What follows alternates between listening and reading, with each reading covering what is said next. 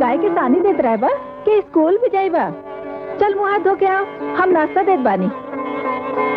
अरे माई, ये लिखे पढ़े वाले काम तो हमरा से होके ना, तू बेकार में हमरा के स्कूल भेजलू। लिखबा पढ़बा ना तो का मूर्ख रहबा। अरे अब झूठो के हंसत काहे बड़ा। अरे माई, इतना सब समझेलू पर ये ना समझेलू कि मोहन का मतलब का होला। का होला? हाँ, किशन, किशन भगवान।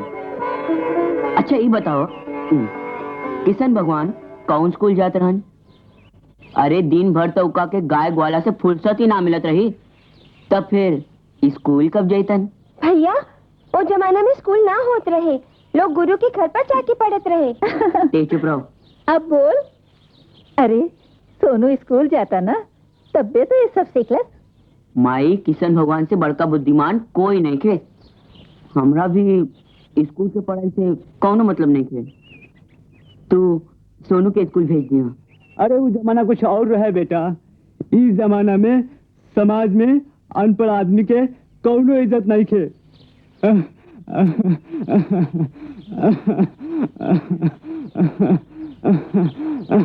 अरे दवाई तो खत्म हो गई बा, हम ले आवता नहीं।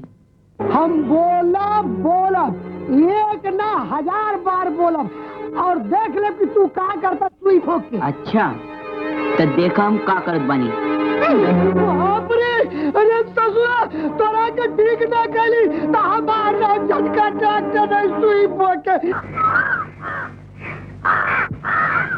क्या बात है, एकदम आके चुपचाप बैठ गई? ठाकुर साहब, लगातार इस साल पनिया नहीं है पड़ी। देखी ना, बरसात आ गई और कौन जगह एक बूंद पानी नहीं खे पड़ा। लगातार इस साल राउत तिजोरी में कुछ और लक्ष्मी आई है। अरे तू हमरा मन के बात करल, एही लेल तो हम तोहरा मानिला। बोल, भरतन कहाँ रह ले? बोलत काहे नहीं कस? चौधरी जी के आम का बगीचा में। बहुत भूख लागल बा माई, दिन भर कुछ नहीं के खाई ली। अब है क्या आवत बानी? देखो, और कहीं पे देखो, तोरा खातिर हम काका सही, भरतन के काहे मार ले? हम ना मर लिया माई। झूठ बोल पड़े, और झूठ बोल पे, फिर बोल पे झूठ मार माई। बोल पे झूठ। जा लेके मत मारो, अब हम का सही, हम एकरा मारे बिना पैसे के इलाज हो जात रहे, हो ना हुई। देख, काल भोरे जाके डॉक्टर से माफी ना मांगले तो हमारा कोनो रिश्ता ना रही। हम कल जाके माफी मांग ले माई, माफी मांग ले, माफी मांग ले।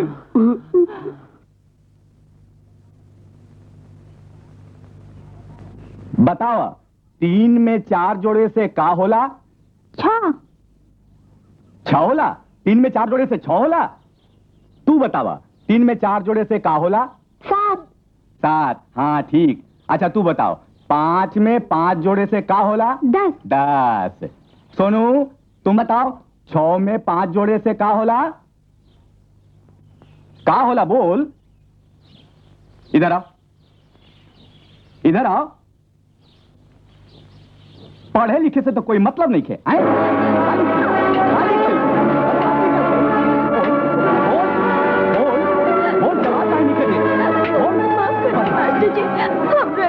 माफ कर दी। बोल बोल।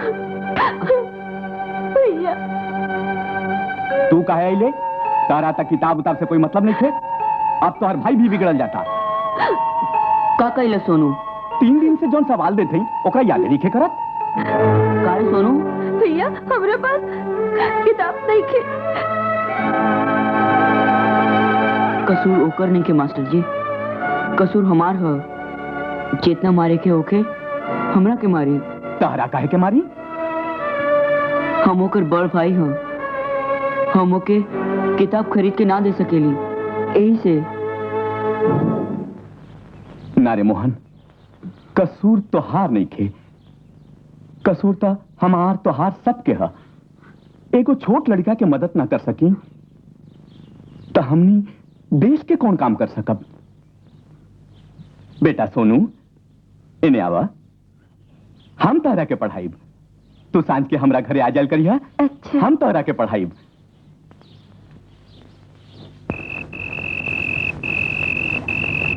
पीला दूध पीला। अरे ये का तू दिन भर मेहनत करत आड़ा, दूध तू पीला। माई हमरा से ज्यादा तो दिमाग के काम सोनू करेला, एकरे के पिए दे दूध।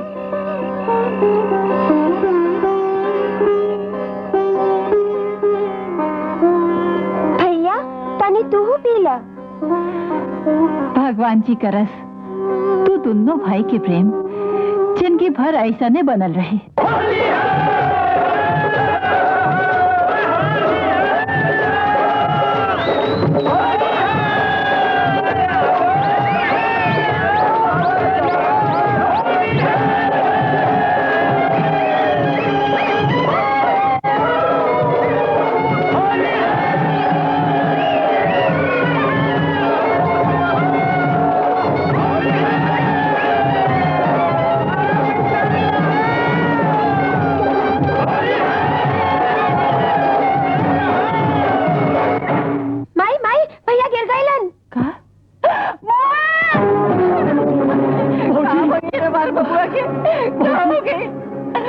मास्टर जी हमारे बबुआ के क्या हो गई? भौजी मोहन रुपया खातिर ऊपरे चढ़ गई और ऊपरे से गिर गई भौजी। मोहन मोहन बेटा होश पे आ बेटा। मोहन मोहन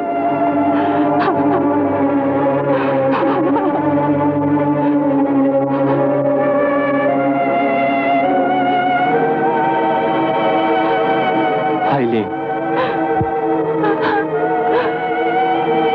बहन जी, हाथ और पैर में बहुत चोट आयल बा। ई दवाई से तनी आराम हुई।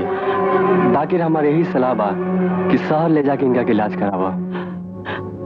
शहर के मतलब पटना चाहे रांची। हाँ, फिर ढेर पैसा की भी तो जरूरत बा। मोहन के बाबू अपने बीमार रहले, औरत जात अकेले का करी, कुछ समझ में नहीं क्या आवत। देखी हमरा से जितना हो सकत रहे हम कह दिली, बाकी अब ऊपर वाला के मर्जी।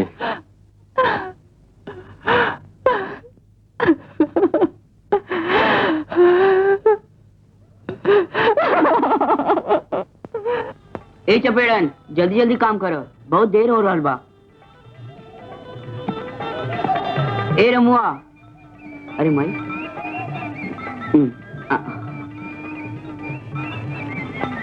ए रमुआ, मोटरी उठा के ठाकुर साहब के यहाँ दे आ।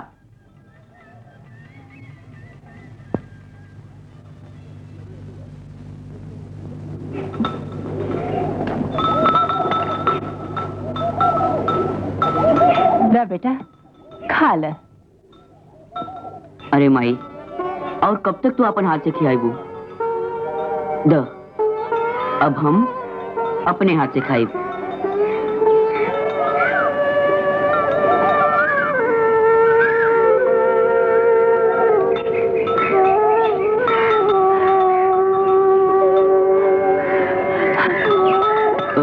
माई, इहो साग फसल ठीक नहीं खे भाई। घर में और कितना पैसा बचल बा? ये कुल 70-75 रुपया।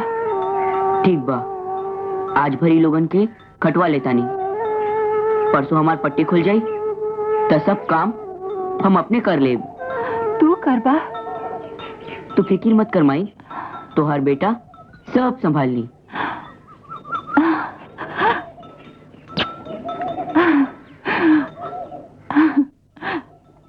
प्रणाम। प्रणाम बेटी। आई। हाँ मोहन बेटा, तोहार पट्टी खोल देता नहीं।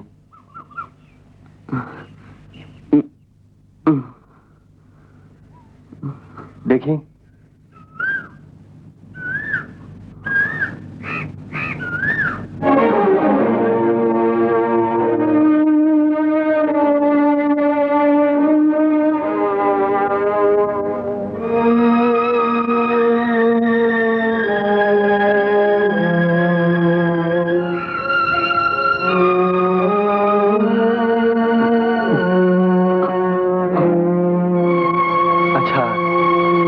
हाथ धीरे धीरे सीधा करा था।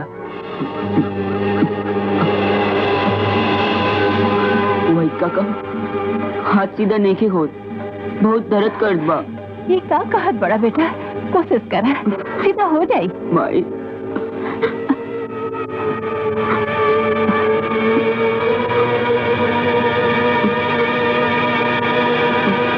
अच्छा तनी फिर से कोशिश करा था। ना तनी धीरे धीरे चले की कोशिश करा। तनी पैर मोड़ के चले की कोशिश करा।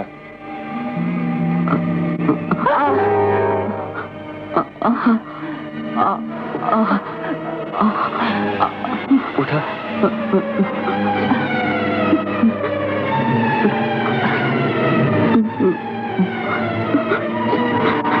माई आपका हमारा हाथ गोड़ कबो ठीक न होई ना। माई हम तो पहले ही कह दिले रही है बाबू कि मोहन के इलाज शहर में करावे के चाहिए। लेकर जिंदगी भर अब तो सारा कसूर हमार बाप, हम बाप होके भी अपन फर्ज निभाने पड़े। मोहन मोहन बेटा कैसन बात तोहार हाथ गोड़ बोला। मास्टर जी अब हमार हाथ गोड़ कबो ठीक ना होई। ना बेटा कबो ना ठीक बेटा ना होई। ना। जल्दी चला, तोहर बाबूजी कैसन तो कर रहल बाड़न। का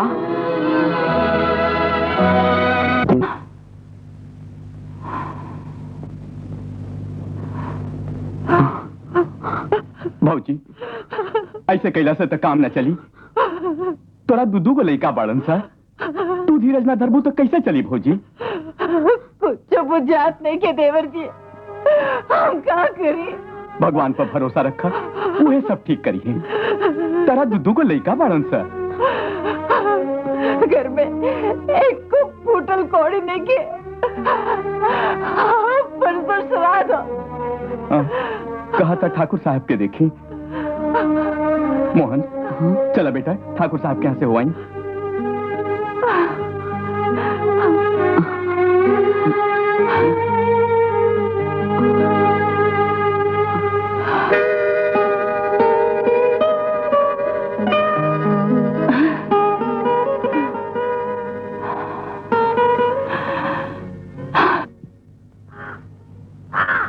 राम राम ठाकुर साहब। अरे मास्टर जी आए आए बैठी।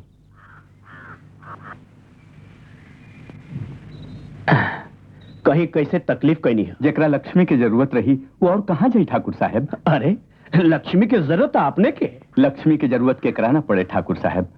बाकी आज हम अपना खातिर नहीं, ये लइका खातिर आइल बानी। ये मोहन है। अच्छा बेचारे हरि प्रसाद के बेटा, ओह। उनकर देहांत हो गई। हाँ हाँ हाँ, उनकर देहांत की खबर तो हम हो सुनली हैं। बेचारा बहुत दुख भोग के अपन प्राण त्यागलस। हाँ ये उनकर बड़का लड़का है। अपन बाप के क्रियाक्रम खातिर रवा से मदद मांगे आइल है। कितना पैसा चाहिए? बोलो मोहन, बोला बेटा। हमरा नहीं के मालूम कि श्राद्ध में कितना खर्चा हुई। हाँ ये कैसे मालूम होई? पहले मरने बानू, धीरे धीरे सब समझ में आ जाए। कैसन बात करत हई? रवा लोग बड़ आदमी हैं। ये लड़का के आशीर्वाद दी कि ऐसा दिन फिर न देखे पड़े। तो बताव कितना पैसा चाहिए? 200-300 तो लगे जाए। 200-300? देख मोहन, तहार बाबू पहले ही कर्जा ले रहस। खाली हाथ तहरा के पैसा कैसे दे दी? तू एगो काम कर, वो दक्षिण वाला जमीन बेच दे। ठाकुर साहब खेत बेच दे तो खाइब का? तो कोई खैरात में 3 रुपया काहे लुटाई? ठाकुर साहब हम 1 साल के भीतर पूरा पैसा लौटा दे। हमरा पर दया करो। अच्छा ठीक बा। बाकी एक बात, जब तक ले तू रुपया वापिस ना करबे जमीन हमरा पास गिरवी रही। बोल ठीक बा? ठीक बा। अच्छा जा, कागज बना के 300 रुपया दे दो।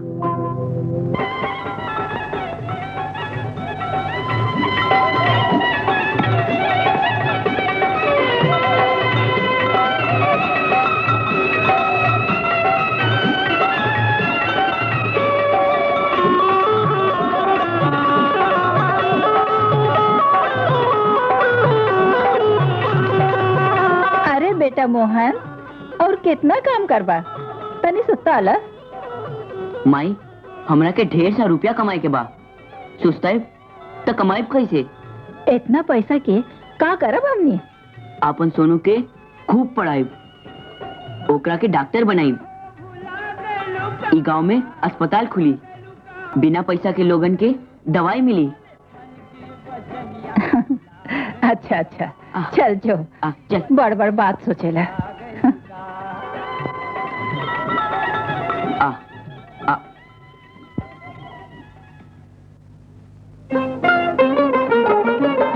चल रे हीरा मोती, चल। आजा, आ।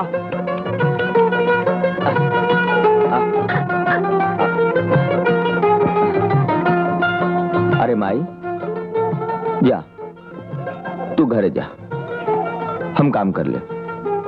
अच्छा बेटा।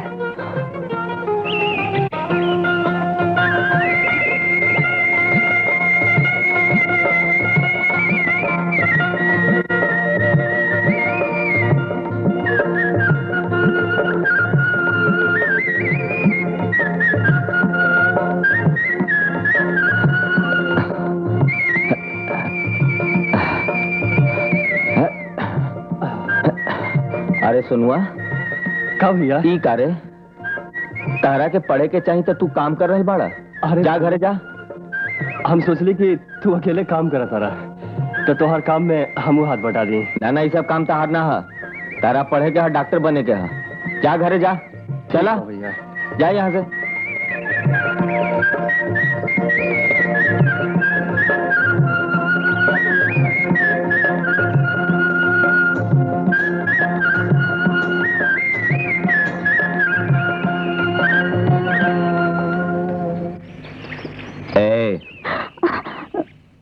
तू यहाँ का कर रहल बाड़ू?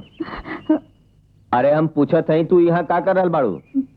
पानी भरे आयल रही। पानी भरे आयल रही? तारा गांव में जाए की यह रास्ता है का? देखा राधा, हम 1000 दफा मना कहनी कि इन्हें उन्हें अकेले ना घूमे के। अब तू बच्ची नहीं खू, सियान हो गई बाड़ू। अब दुनिया में बुरा नजर रखे वाला के कोनो कमी नहीं खे। फिर हम कभी भरल दोपहरिया में यहाँ देख ले तो गोर काट के हाथ में धरा दे। हाँ, मकई की रोटी आज बनल रही, तोहरा के अच्छा लगेला ना, यही से लिए नहीं। अचार प्याज है, खा ला। राधा, ले खो ना, ले तू भी खो ना। हमरा बाबूजी हमरा खातिर पटना से मंगोले बारन। ले तू भी खो ना।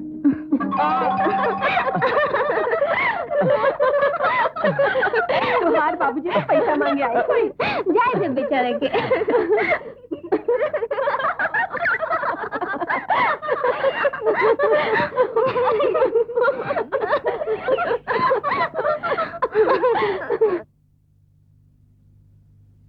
प्रणाम ठाकुर साहब। क्या बात है मोहन? जी ठाकुर साहब, एक जरूरत से रुआ लगे आयल रही। यही तो हम जानते बानी, वकील, डॉक्टर और महाजन के पास जरूरतें पड़ला पर लोग आवेला। कहो हम तहार का सेवा करी? ठाकुर साहब, वो हमार छोटका भाई सोनुआ डॉक्टरी पढ़े शहर जा रहल बा, ओकरे खातिर 500 रुपया चाहिए। देखा मोहन, तू जे पहल का पैसा ले ले बड़ा, वो कुल सूद मूड मिला के 5-5.5 हजार रुपया हो गई बा। जल्दी है कुल लौटा दे ठाकुर साहब, खाली सोनू एक बार डॉक्टर बन जाए। ठाकुर साहब, गांव के नाम ऊपर हो जाए। बाकी हम मजबूर बनी। कैसन कागज? तहार मकान और जमीन दखल करे के नोटिस। नहीं ठाकुर साहब, ऐसा जिन करी, हम रहर पाई पाई लौटा दे। कब लौटेब? पिछला 15 साल से सुनत आ रहल बानी कि लौटा देव लौटा देव। ठाकुर साहब, वो जो हम साले साल देत रही, ओकरा से कुछ कम न भाई। सुने कर बात। अरे आज तक तू जितना दिले बाड़ा, सब मिला के सूद के 1/4 ने खे भइल। तरुए बताई हम का करी। अरे इनमें करेंगे का बा? ठाकुर साहब ने मकनवा गिरवी रख दा, सूद कम लगी, पैसा आइला पर मकनवा छुड़ा लिया। तब हमनी के रहब कहाँ जा? चलो रह के भी हो जाए, बाकी 2 वर्ष खातिर पैसा होते छुड़ा लिया, न तो घर छोड़े के पड़ी। कल्लू ठीक कहा था। जा रे कल्लू, वो मकान वाला कागजवा ले आ। देखा मोहन, 2 साल के मोहल्लत बा, 2 साल से एको दिन बेसी ना होई। ला ला रे, लावो, अंगूठा के निशान लगावो।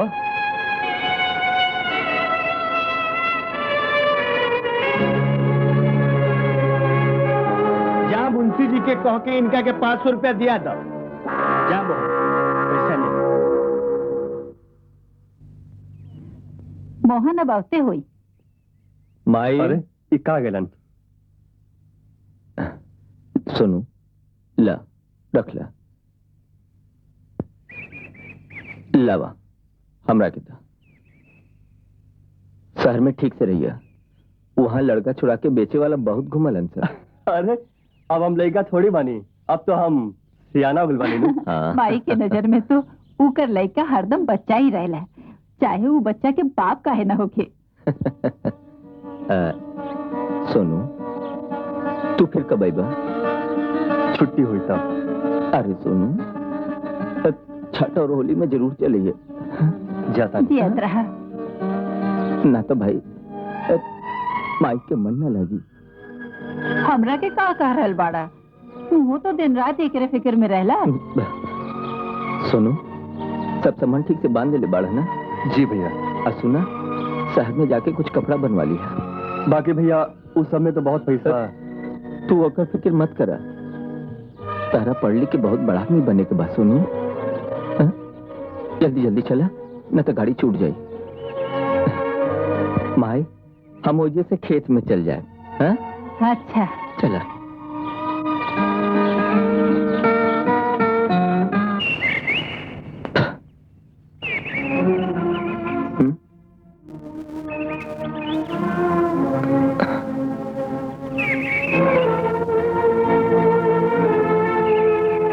का भाई, आज तक ले इतना उदास हम तोहरा के कबू न देखी।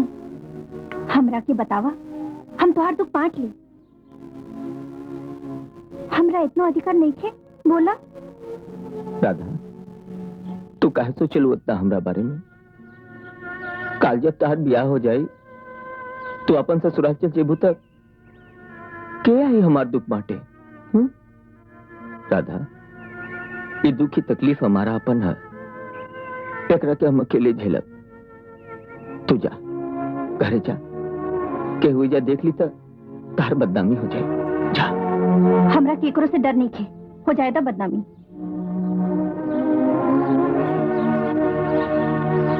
राधा, हमनी के समाज से अलग ना रह सकी। तू नहीं को जानत राधा, औरत की जिंदगी कांच लेखा होला, एक बार टूट जाए तो कबू ना जुड़ सके। फिर क्या आई तारा हाथ थामे? मत थामे हमार हाथ, के चाहे दूसरा संग ब्याह करे के। तू तो हमारे संग ब्याह कर बनू। राधा, अरे हम तो दुनिया खातिर ऐसे ही मजाक बनल बानी, अब तू हमरा से मजाक मत कर राधा। हम मजाक नहीं के करत, सच कहता नहीं। बाकी राधा, तारा देवे खातिर हमरा पास कुछ नहीं खे। अरे हम तो ऐसे ही गरीब हैं, हम तारा के कुछ ना दे सकत, कुछ ना। कांतिपुर के एगो लड़का के संगे राधा खुल्लम खुल्ला घूमेली फिरेली, ई बात के तोहें पते ना चलल? ना। जब बेटी जवान हो जाए तब महतारी के अपन कान और आंख खोल के रखे के चाहिए। ई सब जो बदनामी हो रहल बा ना, सब तोहरे कारण। तो का करी, बेटी के हाथ गोड़ बांध के घर में रख दी। हाँ रखी के पड़ी। जवान बेटी जब भाग जाए तो उके अब राधा तनी सुनत रह। ई हम का सुनत बानी? का? ई है कांतिपुर के एगो लड़का के संगे तोहार मेल जोल के बातचीत। रहुआ ठीक ही सुन लिया। का? राधा, तार बुद्धि तो भ्रष्ट ना हो गई हो। एगो मामूली लड़का के संगे तोहर मेल जोल। अरे मूर्ख, ओकरा से तो 1000 दर्जे अच्छा हमरा घर के नौकर चाकर बांध सा। ईगो बात तो रवा भूले गई, मामूली ही नहीं वो तो अपा ही जो बाड़न। अच्छा, तब तक तू खानदान के नाम का खूब रोशन करत बाड़ू। बाबूजी ना बेटी, चुप रह। तू जानत नहीं खे तू केकरा से बात कर रहल बाड़ू। हम जानत बानी माई, हम अपन बाबूजी से बात कर रहल बानी। के हो तोहार बाबूजी? हम? अगर हम तोहार बाप होती तो तू ऐसन गलत कदम कभू ना उठौती। ई तो तोहार माई के करतूत के फल हो। बाबूजी जे भी कहे के बा हमरा के कही, माई के कौन कसूर बा? अच्छा, जवान लड़ावत बाड़ू, शर्म लिहाज सब घोर के पी गलू निर्लज। तोहार इंतजाम अब नहीं कर देते। छोड़ दो, छोड़ दो एकरा के। चल। रवा रवा अंदर चल कल मुहिम। छोड़ दो, हम एक जवाब नहीं ले पानी। हम एक तरफ से रवा से माफी मांगता नहीं। छोड़ दे। हमार सब पर से विश्वास उठ गया। लाख चिल्लावे लाख रोए, इधर के किवाड़ नहीं खुली। बलराम जी, तू बेटा पूछ जा। चौधरी साहब से कहा कि शादी की तैयारी कर ले। हम राधा के ब्याह यह साल में कर दे, समझ ला।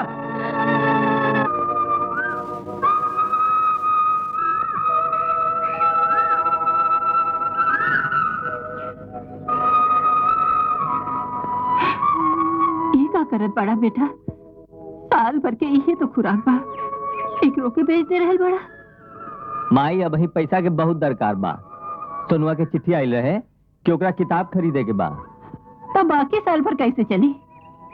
माई, हमरा रहते आज तक तहरा लोग के कोनो तकलीफ भइल बा? हाँ भैया, कतना हो गइल बोला। अब है तो अपन रहे से भइल है भैया। सुना हो भैया, तेरा एक पहले सिगरेट दे दो। कभी सिगरेट पिला सुनो? ना ना, हम नहीं पीले, तू पिया। अरे पिया, एकरा पिए से लोग परीक्षाएं पास हो जाला। और जानता रहा अपन शत्रु भी एकरा पी के स्टार हो गए, स्टार। ना, ओकरा में निशा होला। कैसन निशा? बुरबक के। तू कुछो कहा बाकी हम ना पियब। अरे चल हट। अरे चल तो हम दिखाई पहले सिनेमा, फिर सिगरेट के गुण बताई। चल।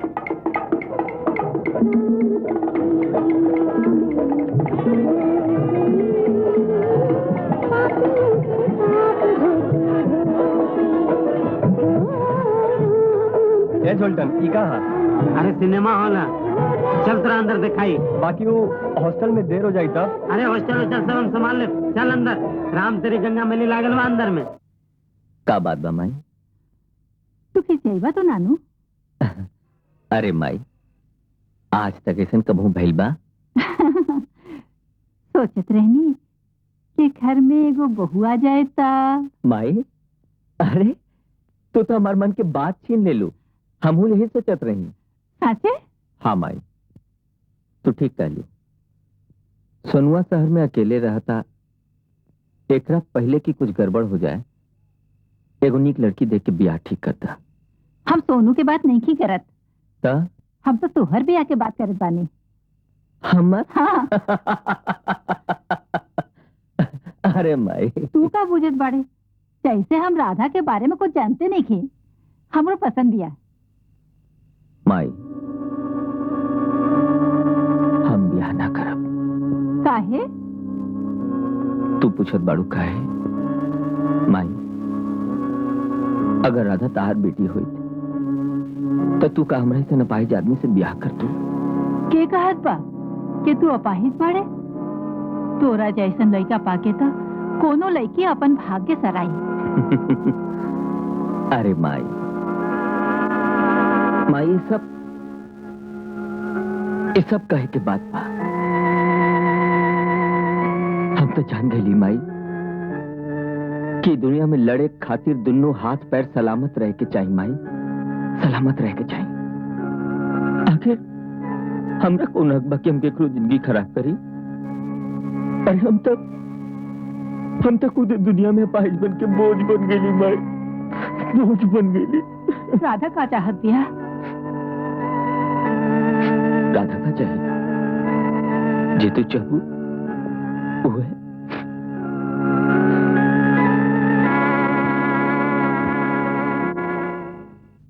बाबूजी, मिर्जापुर से खबर आयल बा का लाखन चौधरी के रिश्ता मंजूर नहीं थे। बाकी वो तो लड़की देख के पसंद कैलन। हाँ हाँ, बाकी का चौधरी साहब के राधा और मोहन के बारे में पता नहीं कैसे सब पता चल गया बा। सुन ले लो नो, अब कुछ और बाकी रह गइल बा। हम तो कहब राधा का मोहन से ब्याह कर दे। हम ओकरा के गोली ना मार दे। बलराम बेटा, अब चुप बैठे से काम ना चली। मानवा के ऐसा सबक सिखावा कि वो जिंदगी भर याद रखे। चिंता करे करे कौन जरूरत नहीं है बाबूजी। ओकरा खत्म करे के सारा इंतजाम कर दिलवानी। शाबाश। बाबूजी ना, ऐसा मत कर। उनके छोड़ दो बाबूजी, उनके छोड़ दो। वो हमारा घर के इज्जत से खिलवाड़ कर रहा बा और हम ओकरा के छोड़ दें ना। ये हो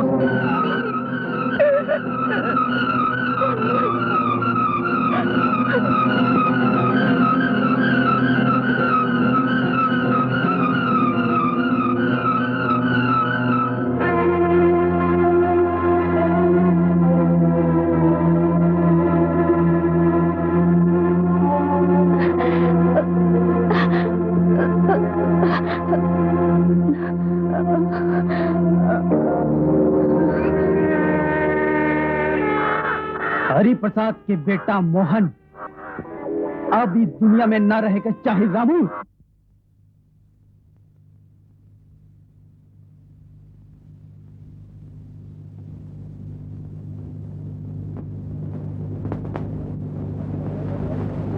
घबराए की कोनो बात नहीं की ठाकुर साहब। समय पर इलाज कैला से जहर के असर खत्म हो गई बा। पर डॉक्टर साहब, रउआ बार बार कैसे बचाएबा? ठाकुर साहब राव हम फैमिली डॉक्टर हैं। राधा के हम बचपने से जानता नहीं। वो रउआ से कम जिद्दी नहीं थे। हमार बात मानी तो राधा के बियाह मोहन से कर दी। नहीं हो सकी। हम बेटी के खातिर समाज के सामने सर नहीं झुका सकी। ठीक बा, रउआ रही अपना जीत पर, चढ़ा दी बलि अपना बेटी के। बाकी एक बात जान ली ठाकुर साहब, अगर फिर ऐसा भइल तो ओकर जिम्मेवार रउआ खुद होखे। हम हाथ चढ़ता नहीं। रउआ डॉक्टर की बात मान ली। बलराम जी, मोहन के घर खबर भेज दा कि इस शादी में कौनो सजावट ना हुई और ना ही कौनो मेहमान नवाजी।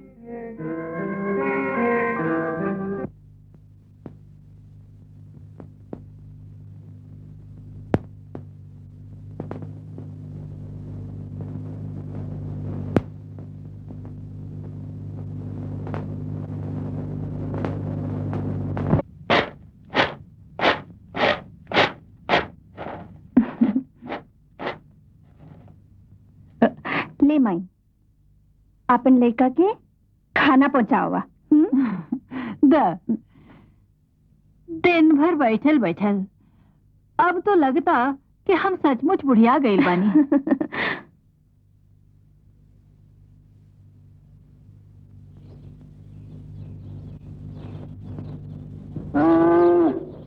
अरे माई, तू काहे आ गईलू?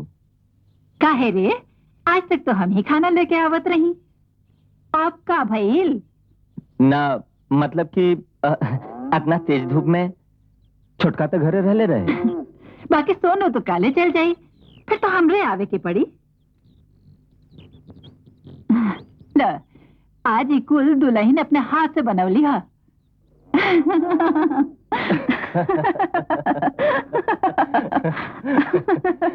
अरे वाह भौजी वाह, आज तो इतना चीज बनौले बारो कि खाए में मजा आई जाए। तोहरा की जे जे पसंद बा हम सब बना के खियाए। अरे अब का खियाबू भौजी, काले हमरा हॉस्टल चल जाए के बाद 4 दिन के तो छुट्टी मिलल रहे। तो का तू कल ही चल जाइबा? हाँ भौजी। फिर कब आइबा? ई बार के होली में तो तू अपन नैहर चल जाबो नु। ना ना, हम यहीं रहब। बाकी ना देवर जी, अब वो घर में हमरा खातिर जगह नहीं खे। अब ये हमार घर, ये हमार स्वर्ग है।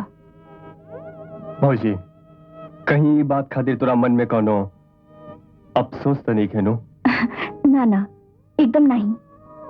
तू पढ़ लिख कर काबिल हो जा और अपन भैया का सपना पूरा कर दा। बस हम कसो तोरा की डॉक्टर जरूर बनाए। तू ही हमार और अपन भैया का दुख दूर कर सकेला बबुआ। हम जरूर पूरा करब भौजी, जरूर पूरा करब।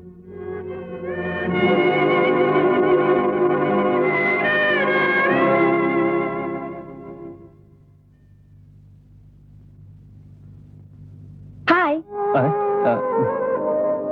रउआ हमरा से कुछ बोलनी का? ना, हम तो इन दीवारों से बात करत बानी। ओह, अच्छा। अरे सुनी, रउआ कैसे लड़का बानी?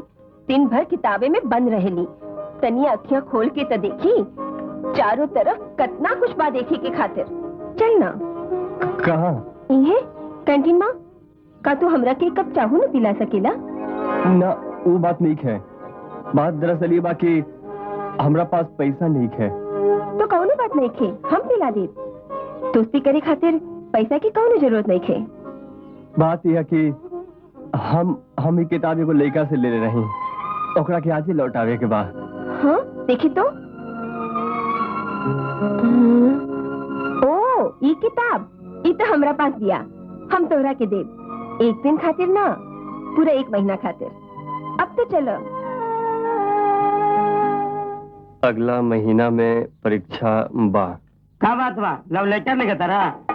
अरे चपंडू, तोरा के कितना बार बोली हाँ कि हमरा से फालतू मजाक मत करल कर। ठीक बा, हम ना बोलब, लेकिन देखा का मतलब? सुमन के साथ जो घूमत फिरत बारा, केहू से छिपल बा, मालूम नहीं के?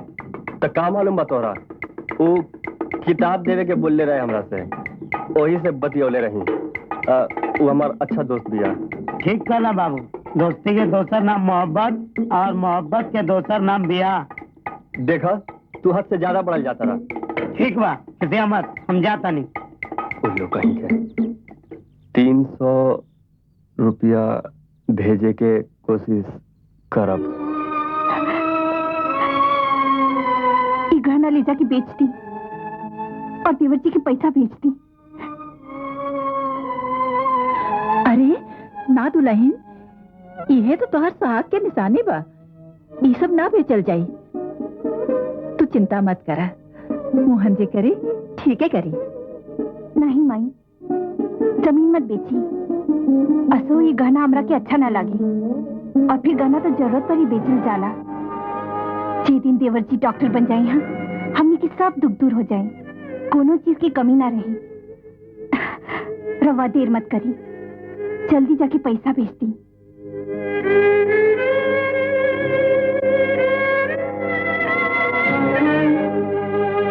राधा,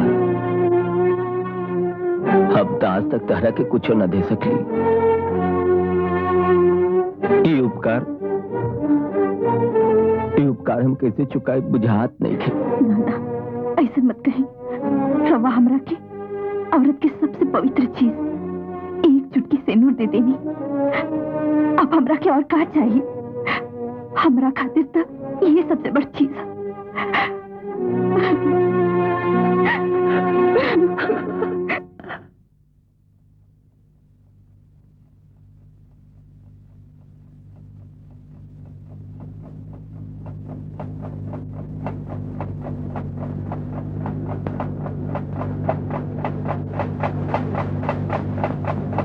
बिटिया, तोहार नाम का है? गौरी, मगर बाबूजी हमरा मुन्नी कहलन। ओ अच्छा, तो घर के काम काज तो जानत हो वो? ना जानी। कहाँ तक पढ़ल बनी? हम रामायण सुन रही ना। बेटा शहर में रहेला, डॉक्टर है, ऐसा अनपढ़ लड़की से ब्याह ना करी। तिलक दहेज में हम कोनो कमी ना करब, और हमरा पास जे कुछ बा सब तो इनकरे है। देखी ठाकुर साहब, रुपया पैसा कोनो चीज नहीं खे, हमरो बेटवा के जिंदगी के सवाल बा। चलो भाई, चली सबे। आग लगा के 4 को रिश्ता टूटल। अब रहुआ डॉक्टर इंजीनियर की फेरा छोड़ी और कौनो मामूली लड़का खोजी। ठाकुर साहब, हमार कपार में एगो बात आइलो। का मोहना के ब्याह में ओकर भाई सोहन के हम देखले रहनी, तो सियान हो गेला, ब्याह करे लायक। तो हर माथा था लेके खराब भाई। मोहन के भाई से ब्याह होई हमार बेटिया से? का औकात बा मोहन के? अरे कुछो ना, औकात का बा, खाली लड़का होनहार बा, अच्छा बा, बाकी 2 वर्ष में डॉक्टर हो ही जाए।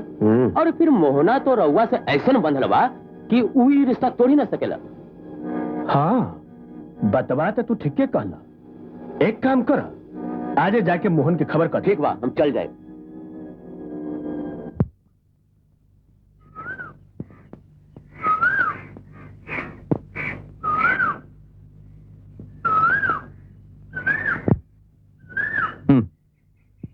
का जने ठाकुर साहब अपना के का बुझल।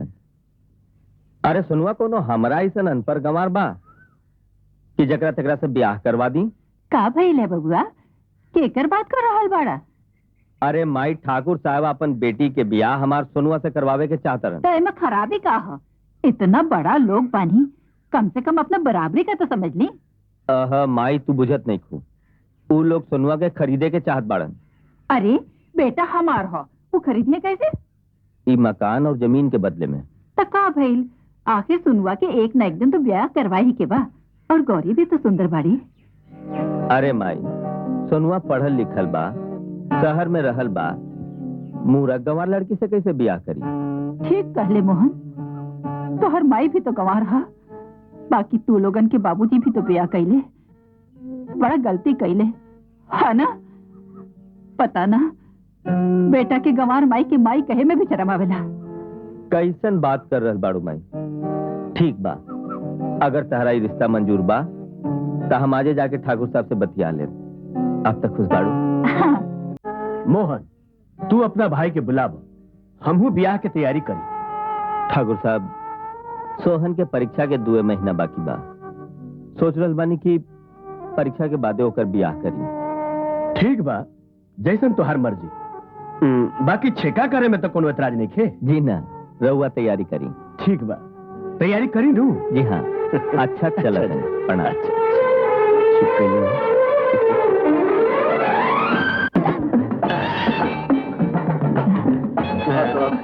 मोहन, तुम्हारे भाई के बा? बैठा। अरे बुलावा उनका के। ठाकुर साहब, सोनुआ के इम्तहान बा, उहे से ना आई, लोटा छेक दी, समझ ली कि सगुन निकल गई। ठीक बा, जे तू अच्छा समझा। और है तहार जमीन के कागज है।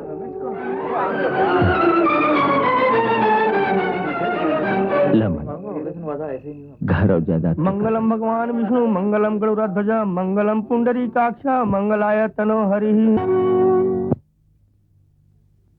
सोनू, संडे को हमारा बर्थडे बा, जरूर आई है। आई बा ना? देखा तू तो जानते बारू कि हमार एग्जाम कितने नजदीक बा। हमारे एक पल बहुत जरूरी बा।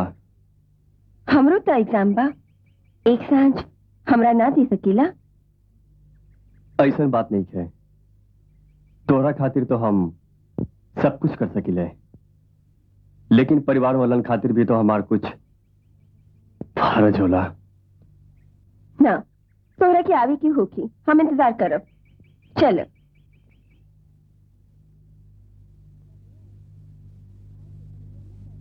बबुआ, आज दोपहरिया में चौधरी जी के यहाँ से न्योता आयल रहे। राधा और तोहर बुलाहट बा। परसों राधा की बहन का ब्याह है, हम कह देली है, तू लोग ब्याह में जाइब।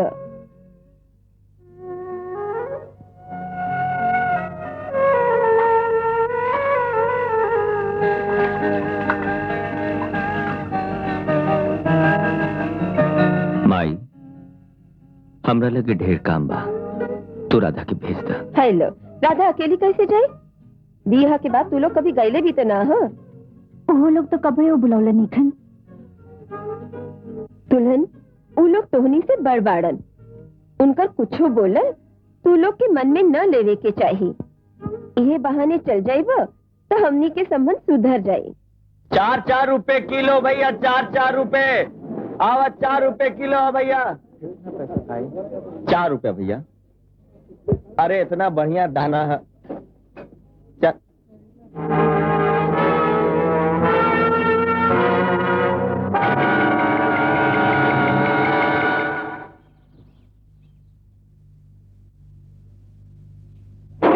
भैया रउआ पास चांदी के सिंदूरदानी बा? हाँ हाँ।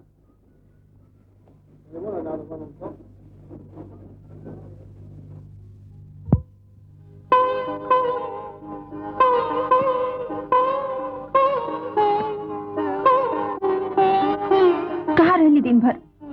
हम खाना लेकर खेत पर गए रही, बाकी रहुआ वहाँ न रहली। घबरा गई रहुगा। ईला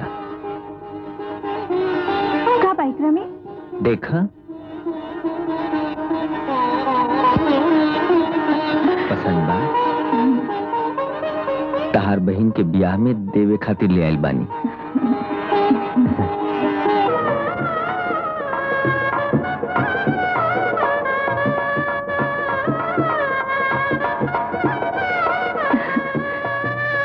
दीदी,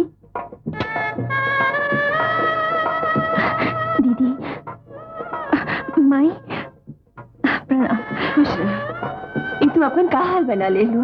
हम ठीक बनी माई, एकदम ठीक। सब लोग बाहरे चला। अरे बरात दोरा पर आ गई हो। चलो चलो जा, चलो। हाँ चलो।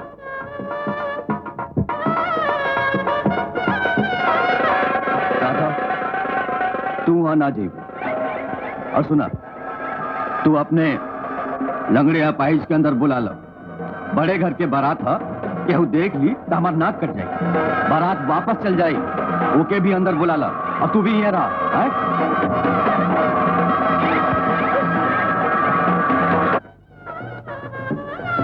माई से भेंट कर ले लू। हाँ, द्वार पूजा हो जाए तो हमनी के घरे चलल जाए। वो का है, ब्याह ना देखबू? घरों में तो माई अकेले हुई है ना। हाँ, यही बात ठीक है। हम कह रहे बानी कि जरूर उन्हें सबके काम होगी। ये कैसे कहत बड़ा? अरे गरीबी जे न करावे, उस सब की हालत बहुत खराब बा।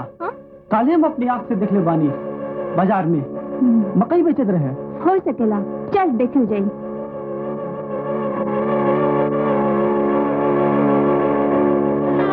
सारे राधा, तू अब चोरी करे लगलू? हाँ हाँ, चोरी भोली मत बना। निकाला दीदी के झुमका। जब सब लोग द्वार पूजा पर गए रहे, तब तू घर में अकेले रह गेलू। झुमका इनके पास होती दिखावा, खावा इनकी। बस करो भैया, बस करो, बस करो।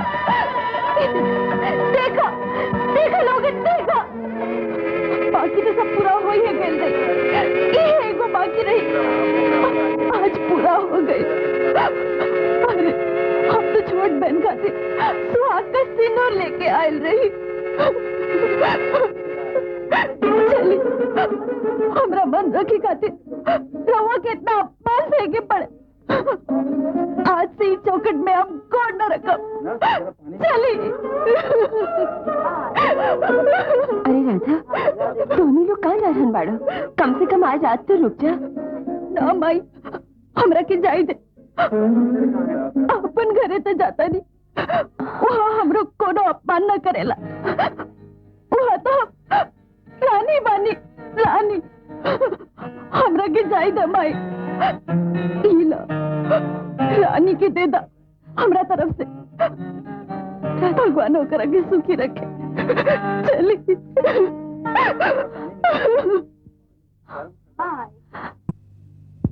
पाँव लगी माई। सुन लगे है माई। शादी ठीक से बीत गई नू। बाबूजी और माई तो मजे में बाड़न। भाई बहन तो मिलके बड़ा खुश हुई हन। बाकी माई। हाँ माई, अरे वो सब लोग बहुत ठीक से बाड़न। अच्छा। अरे माई, वो लोग इतना प्यार दिलन, एकदम बेटा सुन दिलन। हम तो आवे के चाहते रही, वो लोग बोलन रुक जा, बाकी हम तो जबरदस्ती चले नहीं। अच्छा भैल कि तू आ गईला। सोन की चिट्ठी आइल बा कि कल वो आ रहल बा। ठाकुर साहब आपकी शादी के खातिर जरूर जोड़ दिए है। बाकी माई, सुनवा के तभी परीक्षा ना भइला। तो का भइल बा? शादी अभी कर दे और गौना इम्तिहान बाद। ठीक बा माई, जो ठीक समझा हम सुनो के समझा दे।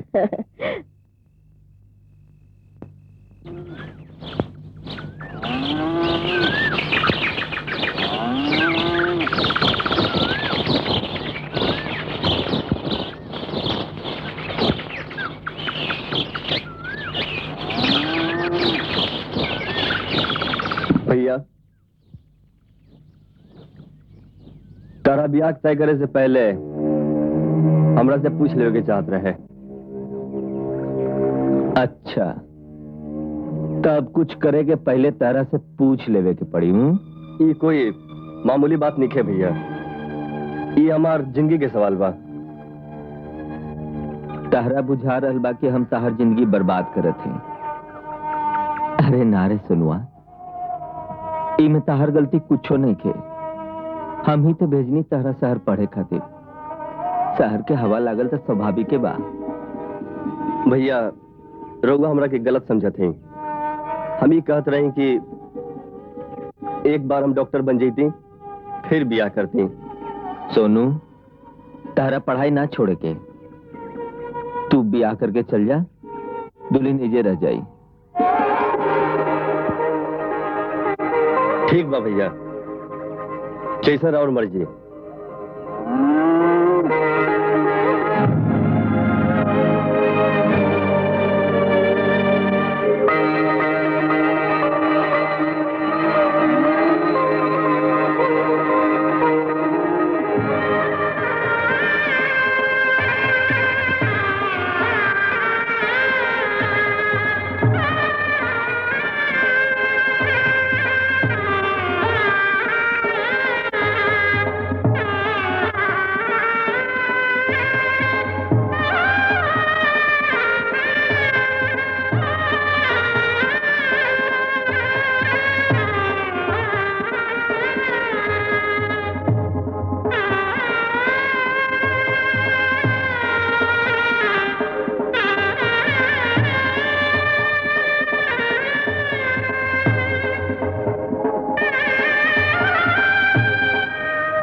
मोहन, भगवान की कृपा से शादी ब्याह खुशी खुशी हो गई।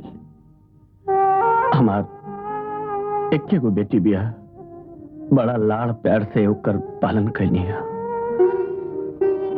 हम चाहत बने कि गौनू लगे लग हो जाके चाहिए। ठाकुर साहब, सुनवा के 2 महीना के बाद परीक्षा बा। हम चाहत रहे कि ओकरा बाद गौना करवाई। हाँ हाँ, ठीक है बा, यो ठीक है बा, जैसन तुहार इच्छा। गौना तब बादे में न होए, हमरा कोनो इतराज नहीं है। ठीक बा। मेहमान भाई पीछे फेंक के बोली कि सास ससुर के घर हमेशा भरल रहे। हमार भैया और भौजी के घर हमेशा भरल रहे। लागत बा कि माई सब सिखा के भेजले बाड़ी। चल अरे, मेहमान की आराम करे दी।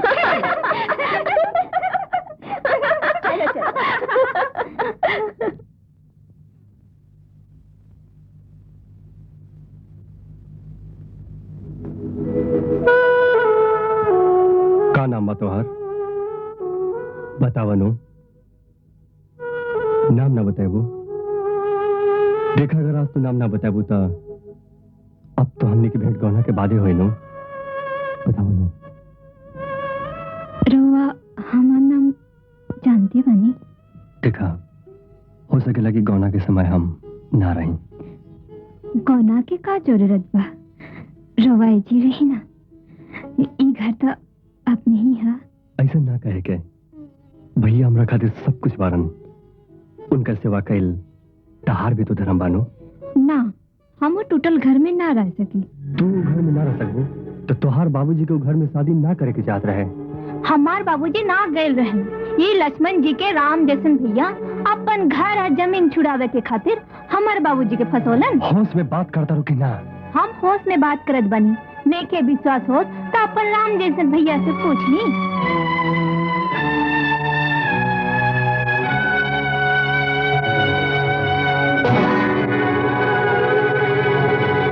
ये लक्ष्मण जी के राम जैसन भैया अपन घर और जमीन छुड़ावे के खातिर हमरे बाबू फसौलन घर और जमीन छुड़ावे के खातिर हमरे बाबूजी के फसौलन जमीन छुड़ावे के खातिर हमरे बाबूजी के फसौलन नहीं के विश्वास हो तो अपन राम जैसन भैया से जमीन छुड़ावे के खातिर पूछ ली जमीन छुड़ावे के खातिर पूछ ली जमीन छुड़ावे के खातिर जियत रहा, खुश रहा। कुछ रहा। चलो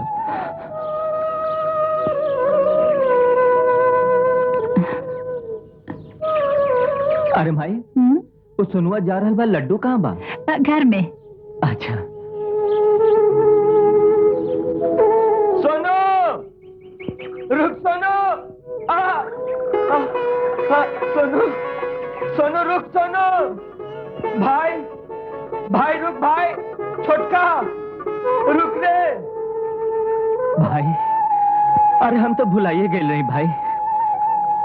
इला कुछ मिठाई है, ब्याह करके जा रहा बड़ा तो दोस्त लोग तो मिठाई मांगवे करे है, दे दिया। अहिया की चिंता मत करी। हाँ कुछ जरूरत हुई तो लिख के भेजिया।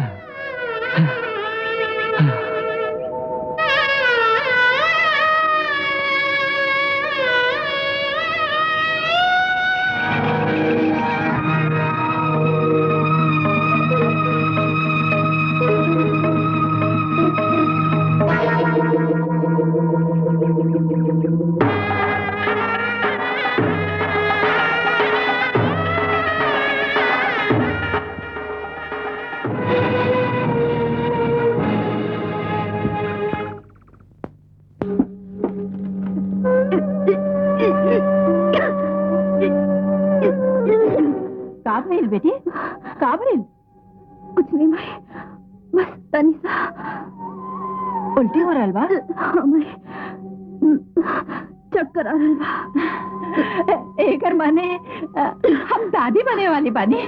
चल तू रही, तू आराम करा। चल उठा, ऐसे हालत में ढेर काम ना करे का। उठा चला। बाकी वाकी कुछ नहीं, हम सब जानत बानी कि ऐसे हालत में का करे के चाहिए। तू बैठा। मोहन तू जा, छुटकी दुल्हन के गौना करा के ले आवा।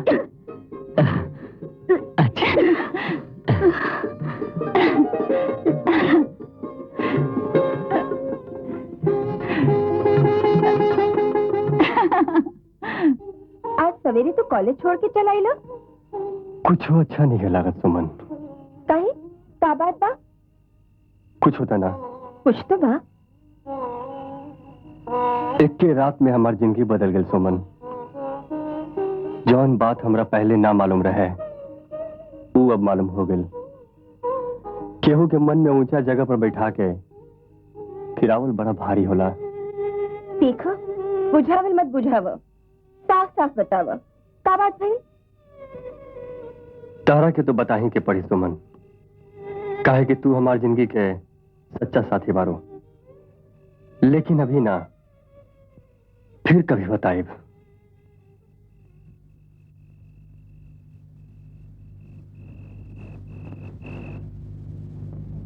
अच्छा एक बात बतावा, तू हमरा से प्यार करत बा ना? अरे ऐसे क्या देख रहल बाड़ा? अरे वाह बेटा Sohan, sinking sinking drinking water. अले कल रात के तू लोग पटना मार्केट वाला असलम के पार्टी में आन वारा ना? हाँ हाँ काहे ना। सोनू चल बा ना? हाँ चल अब आओ सुमन।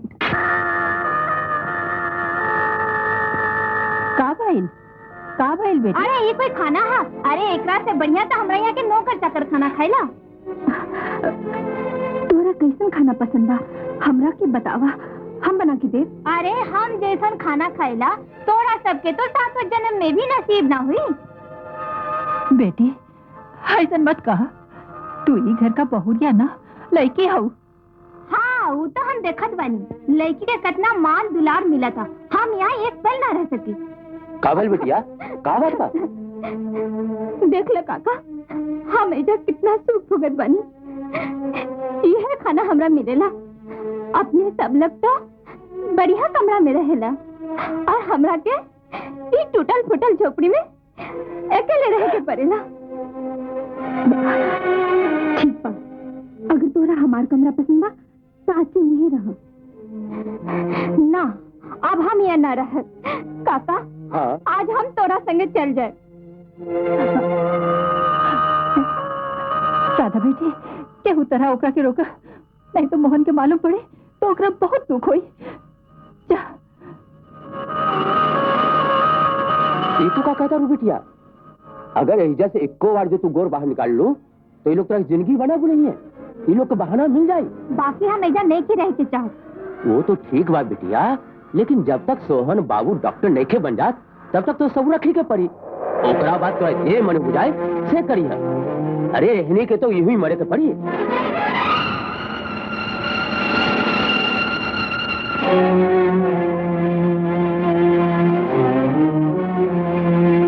कहाँ भइल बेटी? कुछ तो बोल। ना माई कुछ ना भाई, सब ठीक बा। वो मायके न जाई है।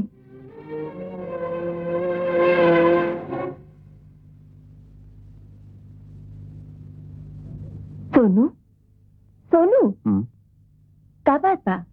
जब से तू घर से लौट के आई बाड़ा तब से तू कुछ बदल गई बाड़ा। ना सुमन, ऐसा तो कोनो बात नहीं है। हाँ ऐसन बात बा। लागत बा तो खुश नहीं ख और पहले जैसन हमरा से प्यार नहीं ख करत। ऐसा ना हो सके, तू तो हमारे दिल के धड़कन बारो। झूठ खा हमार कसम।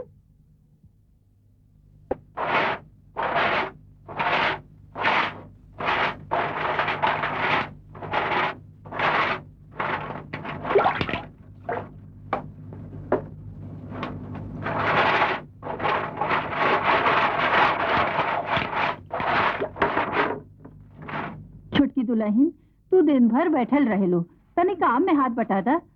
देखता बेचारे के कितना तकलीफ हो रहल बा। एजा हम कोनो नौकरानी बन के निके आइल। तू का कह रहल बाड़ू? अपन घर के काम करे से कोई दाई ना हो जाला। अपन घर कैसन अपन घर? जौना घर से हमरा पति के बाहर भेज के हमरा से दूर कर दिल गए, वो घर हमरा ना हो सकेला।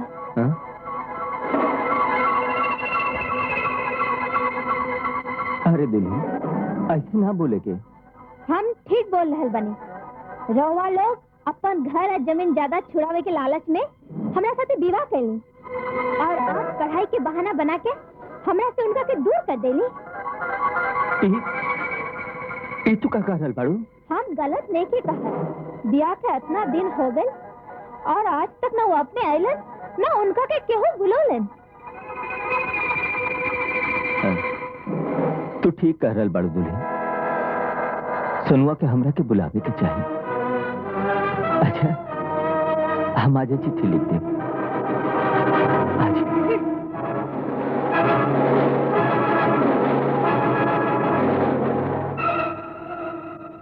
सोनू के शुभाशीष, जब से तू बियाह करके एहिजा से गईला तब से तहार कोई चिट्ठी पत्री ना आइल और तूहू घरे आइल गईल छोड़ देले बाड़ा। हमरा नइखे बुझात कौन ऐसन बात बा जेकरा से तू अतना खिसियाइल बाड़ा।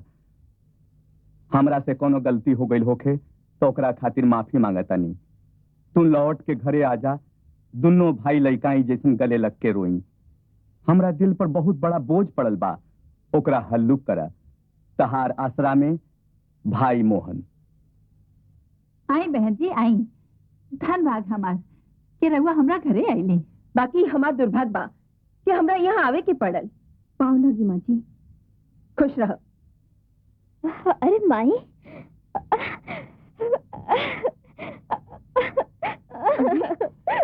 का भइल बेटी? का भइल? तू रोवत काहे बाड़ू? अब हम ऐसा ना रहब माई। अपन साथ हमरा ले चल माई।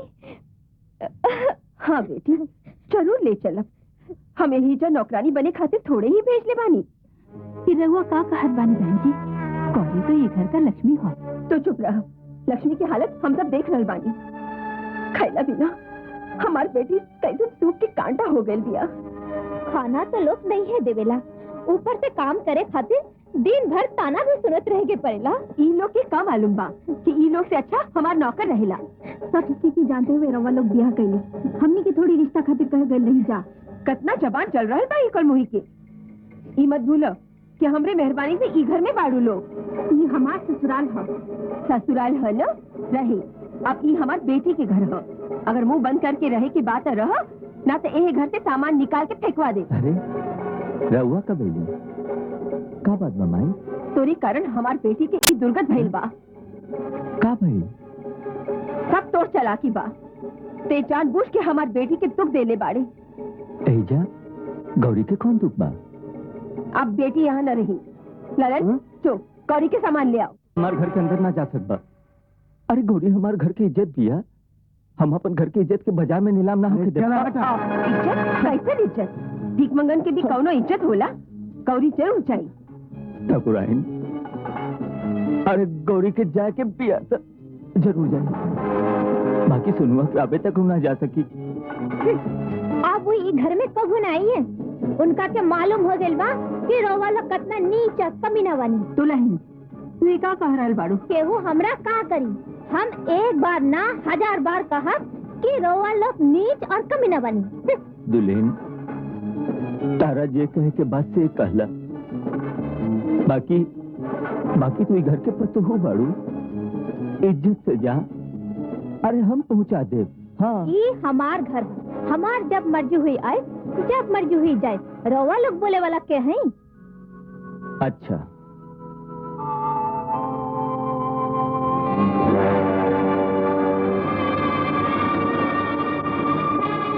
ठाकुराइन, पीला अपन घर के कागज। अरे हम कर्ज में रहल पसंद करब, बाकी अपन सुनुआ के बेच के हम ना खा सकी। रउआ लोग के का मालूम की सुनुआ हमार के लगला। अरे वो हमार करेजा ओकरा से अलग होके हम ना रह सकी। चल माई, इतना घमंड ठीक न हो के बहन, आज तो जात बाड़ू, बाकी बाद में बुझाई जरूर। ये है तो आज स्वर्ग। तू रहे तो स्वर्ग में। सोहन बाबू की चिट्ठी आयल बा। देख ले माई, ये लोग हमरा के उनकर चिट्ठियों ना देवेला। ठीक बा, हम देख ले। माई कहाँ गइल माई? अरे मत रोआ। अरे हम बानी दू, चिंता मत करा। बाबूजी, अब हम ऐसा ना रह। बाबूजी अपन दामाद के ऐसा बुला ली। देखिए उनका चिट्ठी आयल बा। का बात है? का लिखल बा चिट्ठी में? लिखल बा जे गौरी के तलाक दे दे। तलाक? ई का कहता नहीं? लिखले बा कि गौरी से ब्याह करके ओकर जिंदगी बर्बाद हो गई, दोसर ब्याह करे के चाहता। अब का हुई? हम ओकरा के बर्बाद करके छोड़ब। वो हमरा के चिन्हत नहीं खे। हमार नाम ठाकुर जगत नारायण सिंह है। बाकी बिटिया की का हुई? बेटिया से पहले हमारी इज्जत है। इज्जत मिटे से पहले हम ओकरा खानदान के दुनिया से मिटा के छोड़ब। ठाकुर साहब, बस आज तो नहीं, हमने काली मकान छोड़ के चल जाए। बड़की बहू की बच्चा हुए वाला बा, ऐसे हालत में हमने कहाँ जाए? अच्छा बा, दू लांगर के औलाद सड़क पर पैदा हुई तो जन्मे से भीख मांग के आदमी बन। तो वही बच्चन के बाप दाखिल बानी, ये बच्चन पे दया करी। अरे ललन माँ, सब सामान फेंक के घर में ताला लगा दे। ठाकुर साहब, रहुआ इतना जुलुम मत करी, कम से कम रिश्तेदारी के कुछ तो ख्याल रखी। तू लोग कोनो कम जुलुम ना कैला हमरा बेटी पर। तो हर भाई तलाक चाहता। इनका कहत बानी। ठाकुर साहब, रहुआ के जरूर कोनो गलत ना। फहमी होलई। हमरा पास तो कर सबूत बा। चलो उठा निकल यहाँ से। ताला वाला सब बंद कर देली।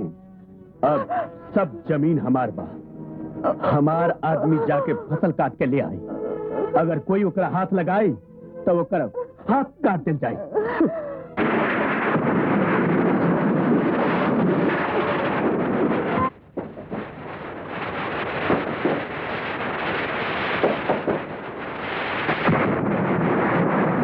मोहन बाबू ई वक्त रहुआ बाबूजी बाड़ा हाँ तनी बुलावा बुलावत है।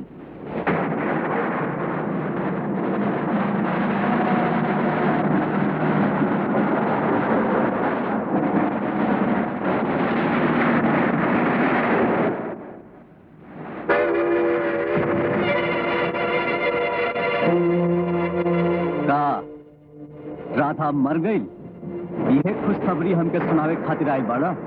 अरे मूर्ख, वो तो हमरा खातिर बहुत पहले ही मर गई। कब है बेटा? राधा की कब है? राधा ठीक से तो बाड़ी? माई अभी तक तो जिंदा बाड़ी, बाकी कितना देर जिंदा रही मालूम नहीं थे। हमने के तो घर से बेघर हो गई। राधा माई बनने वाली बाड़ी, वो एक पेड़ के नीचे बाड़ी। रउआ लोग ओकरा के शरण में ले ली, हमेशा जिंदगी भर न भुलाए। तू तो पहले से ही अपाहिज बाड़ी, ना तो तुम्हार हाथ पैर तोड़वा देती। ए रमुआ, एकरा के धक्का मार के बाहर निकाल दे यहाँ से। नहीं, एकरा के कोई न निकाल सकेला, ये हमार बेटा बा। हम माई बानी, रउआ के हाथ जोड़ा तानी, रउआ से भीख मांगा तानी, राधा की बुला ली, ओकरा की माफ कर दी। हम ठाकुर हैं, जान दे सके पर अपन बात वापस ना ले सके। जौन बेटी होके हमार इज्जत के ख्याल न कैलस, वो हमरे खातिर मर गई। जा, चलो जा यहाँ से। मोहन बेटा, मोहन बेटा, रउआ रोक ली ओकरा के, रोक ली। रउआ कैसे बाप आई? बाप ऐसे होखेला? राधा बेटी, राधा बेटी, हमारे साथ है बेटी। माता जी, एने आई माता जी। मास्टर जी, मैया राधा के देखनी है। हाँ हाँ, घबरा मत, वो लोग हमरे घरे बा। चला चला।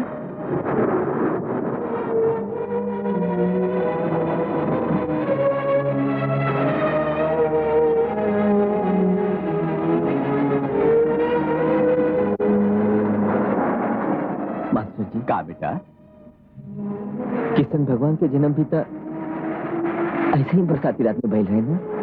हाँ, वो भादुए के महीना रहे, ऐसने बरसाती रात।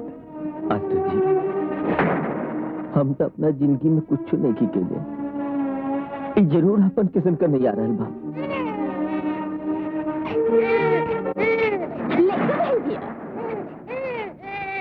मोहन, भगवान तो हर बात सुन लेलन, तारा बेटा भइल बा। मास्टर जी,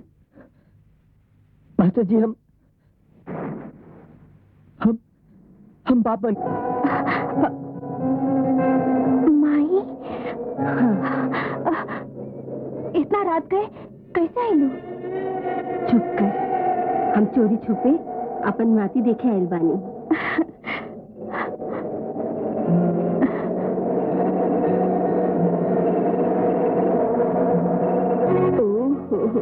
बेटी, हम कितना अभागिन बानी कि अपन बेटी और नाती के छुपके देखे खातिर आइल बानी। बेटी, तोरा संगे बड़ा अन्याय भइल, हो सके तो हम भी सबके माफ कर दे बेटी। माई, तू आ गई लो, हमरा के सब कुछ मिल गए। बस अपन नाती के आशीर्वाद दे दो कि बड़ होकर आदमी से प्यार करे के सीखे।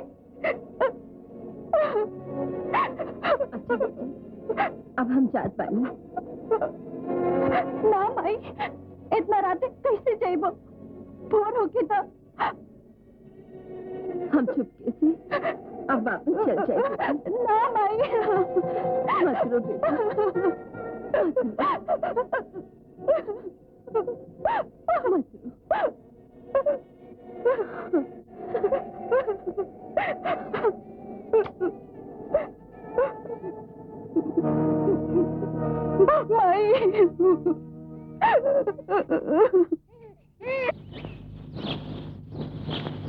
ना ना सुथरा,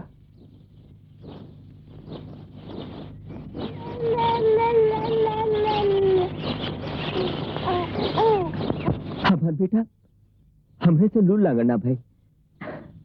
ऐसा काहे सोचता तू?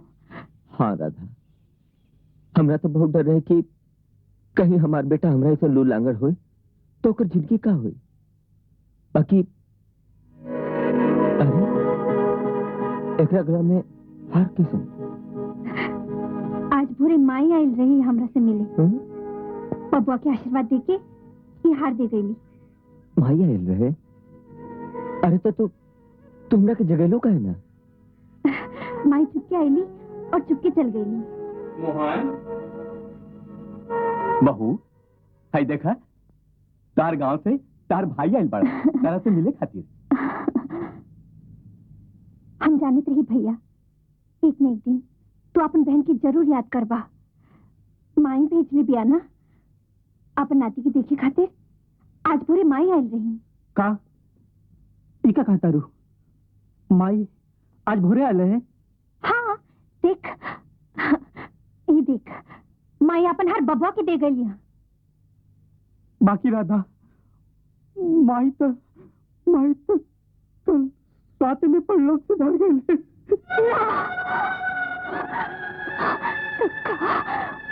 माई के आत्मा ई ना हो सकेला।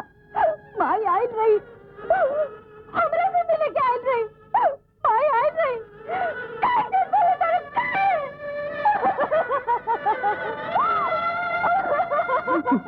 कितना अच्छा रहे ये बात झूठ रहे बहनी। हम तो तोहरा के ले जाए खातिर आयल बानी। माई तो मरते मरते तोहार नाम लेते रहे। चल बहनी चल घर चल न तो माई के आत्मा की शांति न मिली।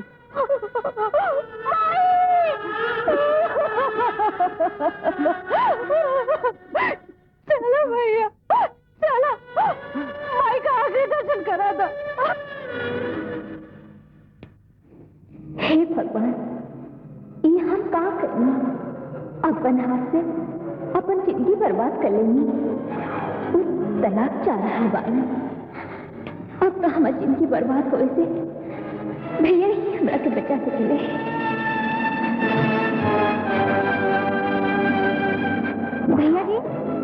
भैया जी दरवाजा खोली भैया जी। ये अरे बहू का भाई कहाँ से अकेले आ रहल बाड़ू? सब ठीक ठाक तो बा? भैया जी हमरा माफ कर दी। हम बहुत पाप कैले बनी। हम अपन राम जैसन भैया के बुरा भला कहनी। हमरा तो नरक में भी जगह न। अरे नाना इसे ना बोले के उठा बहू। अरे हम ही सब मन में ना रखी। तू लोग हमारा अपन खून बाड़ा और अपन खून से कहीं नाराज होला। भैया जी हमारी जिंदगी बर्बाद होए से बचा ली। का भइल बहू? राउत छोट भाई हमरा के तलाक दे रहल बाड़न। का? हाँ, वो हमरा के छोड़कर दूसर से बियाह कर रहल बा। ना ना ऐसे ना हो सके। हमार सोनुआ ऐसा कबू ना कर सके। का हो गए मोहन भैया? अब बलराम हम आजे शहर जा रहे बानी। हमरा आवे तक तू लोग ही रहिया ना?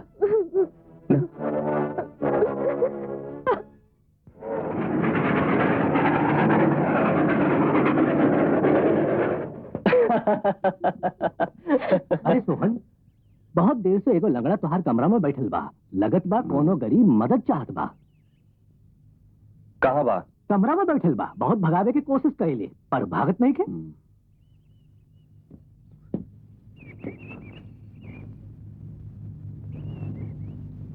सुमन तू एजे रुका, हम अभी तुरंत आवता नहीं।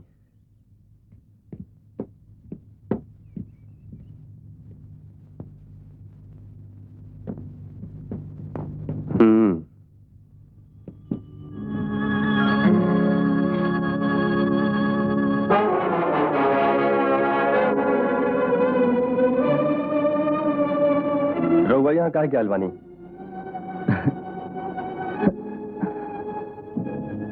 देखे आइल बानी कि हमार सोनू कितना बड़ा बन गई बा। फिजूल बात करला से अब कोनो फायदा नहीं है। कहा?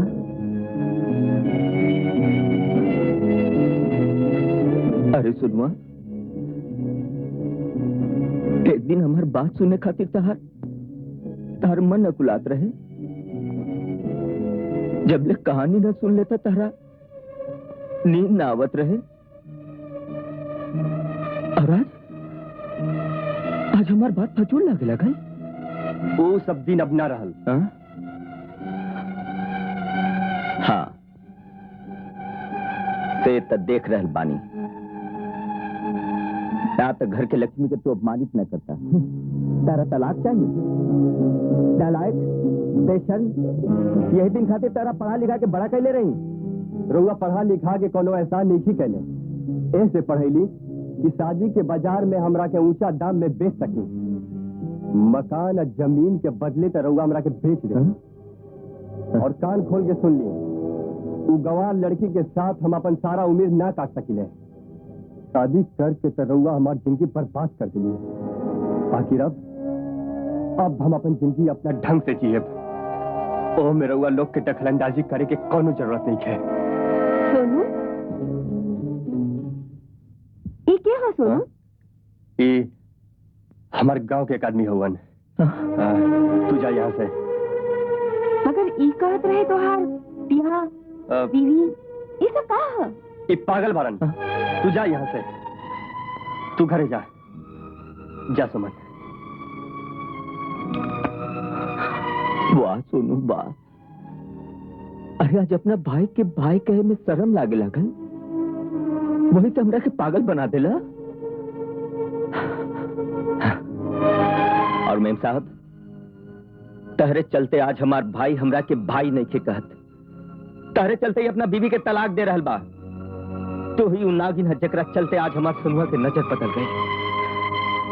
ये हमार होए वाली बीवी बिया।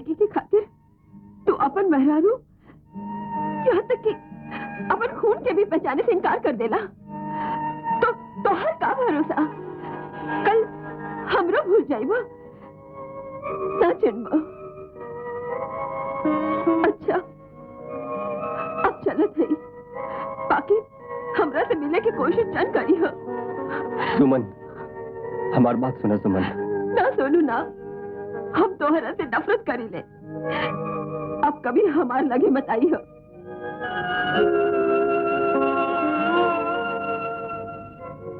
माई ना माई, अब जिए के कोनो इच्छा नहीं के माई। जकरा खातिर जियत रही, जब वो छोड़ के चल गई माई, तब हम जी के क्या करूं माई? अपन खून कबू अलग ना हो सकी। तोरा खातिर एक न एक दिन जरूर आई बेटा, जरूर आई बेटा, जरूर आई।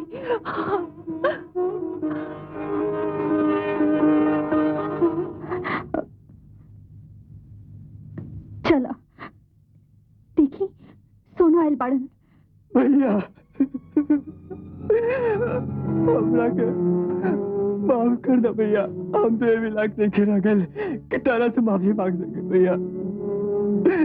हमारी दुनिया में और क्यों नहीं के भैया, और क्यों नहीं के आप मना तो जाए भैया। मत रो सोनू भाई मत रो सोनू ना रे सोनू मत रो रे, हम तेरा पास ही रे सोनू, तुम हमने से कभी नाराज मत रहिए सोनू।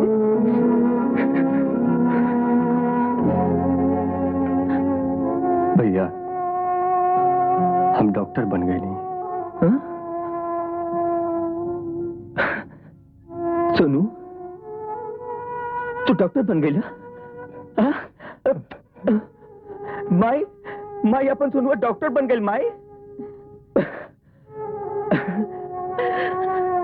मोहन बेटा हमने की सपना पूरा हो गए। जो बेटा माई। अपने फौजी से जल्दी जाके आशीर्वाद ले ले। बस बस भगवान तोहरा के और बड़ा बने हैं। माई एकर मुंह तो आपन एकदम सोनुआ जैसन बा।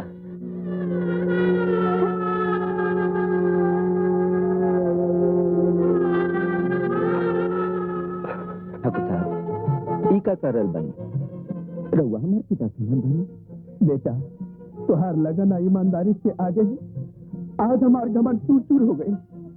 आज हम समझ गए नहीं कि रुपया पैसा ही जिंदगी में सब कुछ नहीं खे। आज आज एगो बेटी देके हमरा दू को बेटा मिल गए। ठाकुर साहब हाँ सोनू माफ कर दिए बाबूजी। खुश रहा बेटा, तू सब खुश रहा। ठाकुर साहब खुश रहा। अब आशीर्वाद दे कि राम लक्ष्मण की जोड़ी हमेशा बनल रहे।